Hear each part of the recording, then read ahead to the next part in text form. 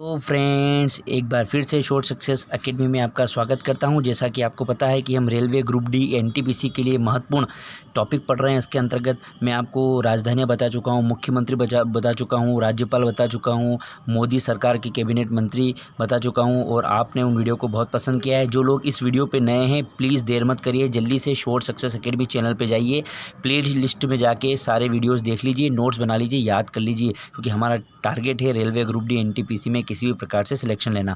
अब देखिए दोस्तों, जैसा कि मैंने बोला है कि रेलवे ग्रुप डी एनटीपीसी, लेकिन ये जो मैं टॉपिक डिस्कस कर रहा हूँ ये सारे परीक्षाओं के लिए इंपॉर्टेंट है, चाहे एमपीपीएससी हो, व्यापम हो, या एसएससी हो, या बैंकिंग हो, या कोई भी टॉपिक हो। कि ये ऑलराउंडर टॉपिक है, हर परीक्षा में पूछे जाते हैं और ये परीक्षा के एक दिन पहले याद करना इतना आसान नहीं है, इनमें दिक्कत होती है। तो चलिए स्टार्ट करते हैं। केंद्र शासित प्रदेशों के मुख्यमंत्री और उपराज्य। तो सबसे पहले बात करते हैं कि भारत में कितने केंद्र शासित प्रदेश या यूनियन टेरिटरीज। तो आप बताएंगे भारत में 8 केंद्र शासित प्रदेश थे। हाँ दोस्तों, ना 7 है ना 9 है, कई लोगों को 9 पता है, कई लोगों को 7 पता है। तो आपको बता दूं, अभी देखने वाले हैं हम 8 केंद्र शासित प्रदेश है। अच्छा, 8 केंद्र शासित प्रदेशों में ऐसे कितने केंद्र शासित प्रदेश है जहां मुख्यमंत्री है? तो देखिए 2 है, एक तो दिल्ली है और एक पौंडीचेरी। तो याद कैसे करेंगे? दिल्ली का दी और पौंडीचेरी का पा, दीपा, या पौंडीचेरी को पुंडुचेरी भी बोलते तो दीपू। तो एक शब्द याद रख लीजिए, दीपा या दीपू, दीपा या दीपू। तो आप कभी भी नहीं बोलेंगे दीपा या दीपू। दीपक है ना, दीपक को अपन प्यार से दीपू बोलते हैं। तो आपको पता हो जाएगा कि दिल्ली और पौंडीचेरी जो है ऐसे 2 केंद्र शासित प्रदेश है जहां मुख्यमंत्री, जहां विधानसभा है। चलिए बात करते हैं अंडमान निकोबार।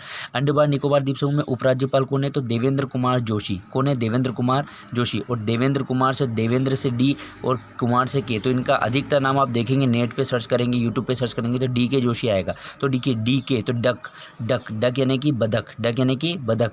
तो देखिए अंडमान, अंडमान, अंडे यानी कि अंडे, अंडे खाओ, काय के खाओ, मुर्गी के मत खाओ, डक डक के खाओ, डक यानी कि बदक के अंडे खाओ।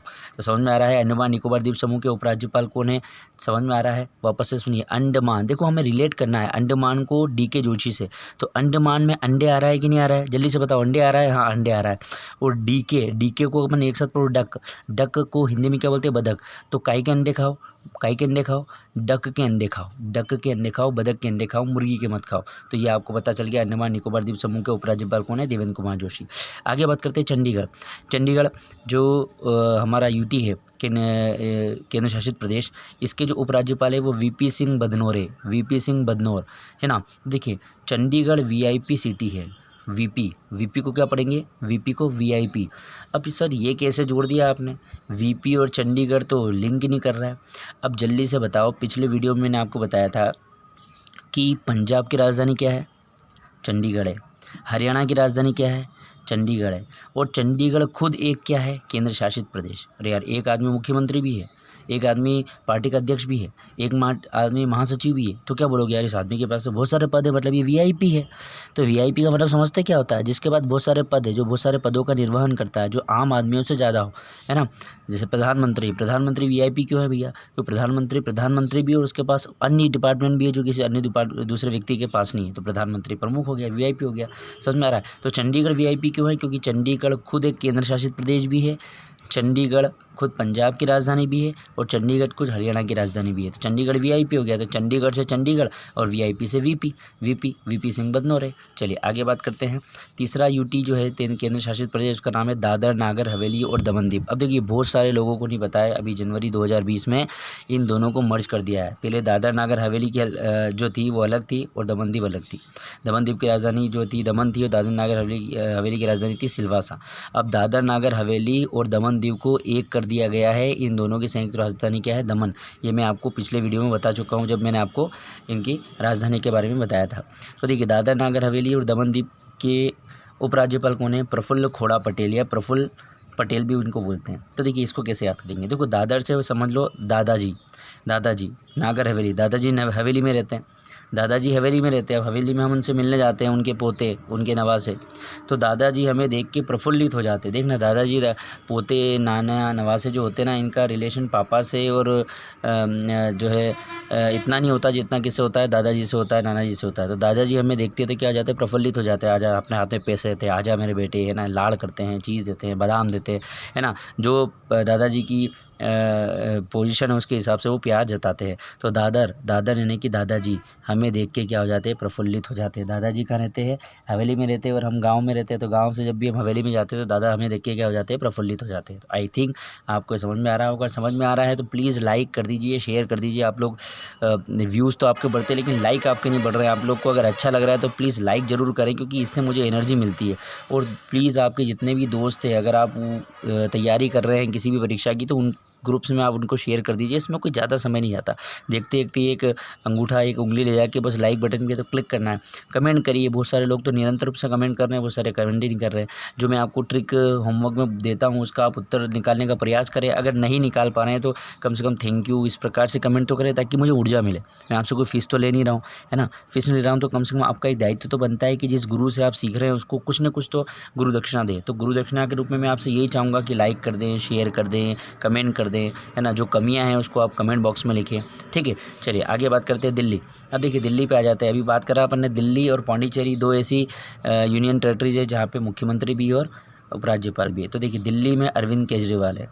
आप सबको पता होगा, बच्चे बच्चे को पता होगा दो व्यक्ति का नाम, कि मोदी जी भारत के प्रधानमंत्री हैं और दिल्ली के मुख्यमंत्री अरविंद केजरीवाल है। पहले प्रशासनिक अधिकारी रह चुके हैं, लेकिन आपने देखा होगा एक बहुत बड़ा मुहिम चलाया था उन्होंने 2014 में, और अन्ना हजारे के साथ ही बैठे थे। कांग्रेस की सरकार चली गई थी, फिर नई पार्टी बनाई थी और धमाकेदार एंट्री के साथ जो इन्होंने जो है मुख्यमंत्री का पद हासिल किया था। और तीसरी बार मुख्यमंत्री बन चुके हैं। बीच में एक बार भंग हो गई थी सरकार।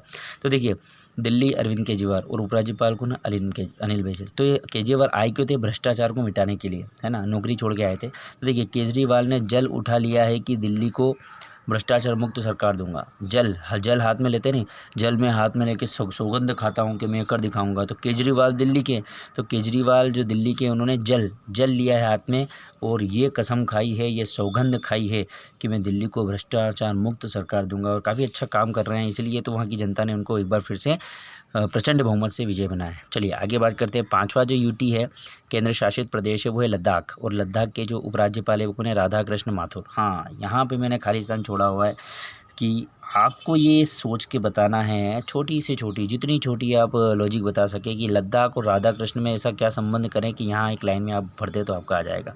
और प्लीज़ जो नए लोग हैं वो भी कमेंट करें। जो कंटिन्यूस पुराने लोग तो कर ही रहे हैं, उनका मैं हृदय से आभारी हूँ। लेकिन जो लोग नए नए जुड़ रहे हैं, रोज़ सब्सक्राइबर बढ़ रहे हैं, रोज़ व्यूज़ बढ़ रहे हैं, लेकिन कमेंट, जो नए लोग हैं वो कमेंट नहीं करते। तो प्लीज़ कमेंट करके ज़रूर बताएं कि लद्दाख के उपराज्यपाल राधा कृष्ण माथुर, इनका रिलेशन कैसे आएगा।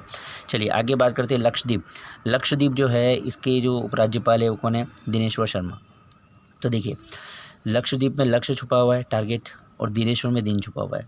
हर दिन आपका कोई ना कोई लक्ष्य होना चाहिए। देखो दोस्तों, अगर आप आपकी ज़िंदगी को बेहतर बनाना चाहते हैं, माना फॉर एग्जांपल आपका लक्ष्य है रेलवे, ग्रुप डी या एनटीपीसी, तो वो तो एक बड़ा लक्ष्य है। उस लक्ष्य तक आप पहुँचेंगे 2-3 महीने में। कैसे, कब पहुँचेंगे, जब आपका रोज़ का एक लक्ष्य होगा कि आज मुझे ये करना है। तो हर दिन क्या है, हर दिन आपका क्या होना चाहिए, एक लक्ष्य होना चाहिए। हर दिन आपका कोई ना कोई लक्ष्य होना चाहिए। तो हर दिन से दिनेश्वर, और लक्ष्य होना चाहिए तो लक्षद्वीप। हर दिन आपका कोई ना कोई लक्ष्य होना चाहिए। अगर उस लक्ष्य को आप फॉलो करेंगे तो फाइनली आप फाइनल डेस्टिनेशन तक पहुंच जाएंगे, बड़े लक्ष्य तक पहुंच जाएंगे। चलिए आगे बात करते हैं जम्मू कश्मीर के जो उपराज्यपाल है वो है मनोज सिन्हा। अच्छा, मनोज सिन्हा अभी है। आप मुझे कमेंट करके बताएंगे क्या कि जम्मू कश्मीर का जब गठन हुआ था, आपको पता होगा कि 370 धारा थी, अब पूरी तरीके से भारत में शामिल कर लिया गया है। तो जब इसको पूरी तरह शामिल किया गया था उस समय मनोज सिन्हा नहीं थे यार। मनोज सिन्हा तो अब नियुक्त हुए। तो अब सबसे पहले कमेंट करके बताइए कि जम्मू कश्मीर जब केंद्र शासित प्रदेश बना, उस समय जम्मू कश्मीर के उपराज्यपाल कौन थे, ये कमेंट करके आपको बताना है। समझ में आ रहा है। दूसरा टास्क दे रहा हूँ, पहला तो वो दिया, दूसरा ये, ठीक है। पहला तो ये लद्दाख के उपराज्यपाल कौन है, और दूसरा जम्मू कश्मीर जब बना था उसके उपराज्यपाल कौन थे। चलिए अभी कौन है, मनोज सिन्हा। तो देखिए भारत के लोगों की मौज हो गई, 370 हट गई। भारत के लोगों की मौज, मनोज मतलब मौज हो गई, 370 हट गई। 370 का संबंध किससे, जम्मू कश्मीर से। मतलब ये ट्रिक किसकी, जम्मू कश्मीर। ये भारत के लोगों को तो मज़ा आ गया ना भाई, कि जो भी प्रॉब्लम्स आ रही थी कि वहाँ हमारा पूरी तरीके से अधिकार नहीं था, तो हमें मज़ा आ गया, हमारी तो मौज हो गई। मौज मतलब मनोज, कि वहाँ से क्या होगी, धारा 370 हट गई। चलिए आखिरी देखते हैं, पुडुचेरी या पौंडीचेरी। और पुडुचेरी या पौंडीचेरी में आपको बताया मैंने कि दिल्ली और पौंडीचेरी ऐसी 2 यूनियन टेरिटरीज है जहाँ पे मुख्यमंत्री भी। और तो देखिए नारायण सामी, कांग्रेस के हैं। और किरण बेदी, हाँ किरण बेदी, बताइए जल्दी से।